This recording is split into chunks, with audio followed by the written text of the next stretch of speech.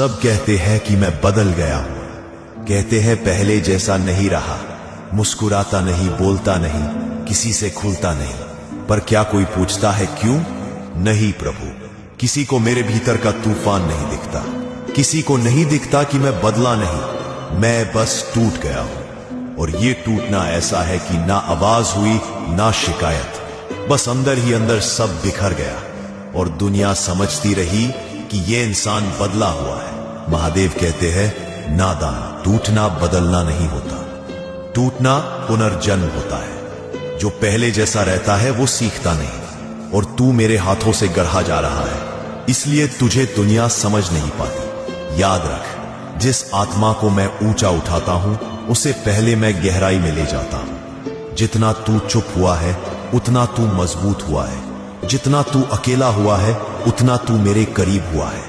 फिर महादेव हल्के से मुस्कुराकर कहते हैं लोग तुझे गलत समझेंगे, क्योंकि तेरी कहानी इंसानों की नहीं, मेरी योजना की है।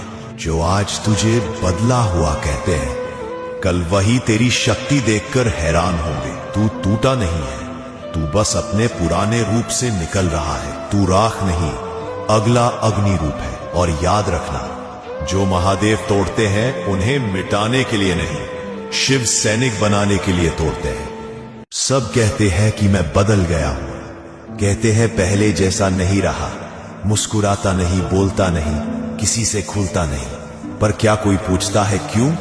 नहीं प्रभु, किसी को मेरे भीतर का तूफान नहीं दिखता, किसी को नहीं दिखता कि मैं बदला नहीं, मैं बस टूट गया हूं। और ये टूटना ऐसा है कि ना आवाज हुई ना शिकायत, बस अंदर ही अंदर सब बिखर गया और दुनिया समझती रही कि ये इंसान बदला हुआ है। महादेव कहते हैं नादान, टूटना बदलना नहीं होता, टूटना पुनर्जन्म होता है। जो पहले जैसा रहता है वो सीखता नहीं, और तू मेरे हाथों से गढ़ा जा रहा है, इसलिए तुझे दुनिया समझ नहीं पाती। याद रख, जिस आत्मा को मैं ऊंचा उठाता हूं उसे पहले मैं गहराई में ले जाता हूं। जितना तू चुप हुआ है उतना तू मजबूत हुआ है, जितना तू अकेला हुआ है उतना तू मेरे करीब हुआ है।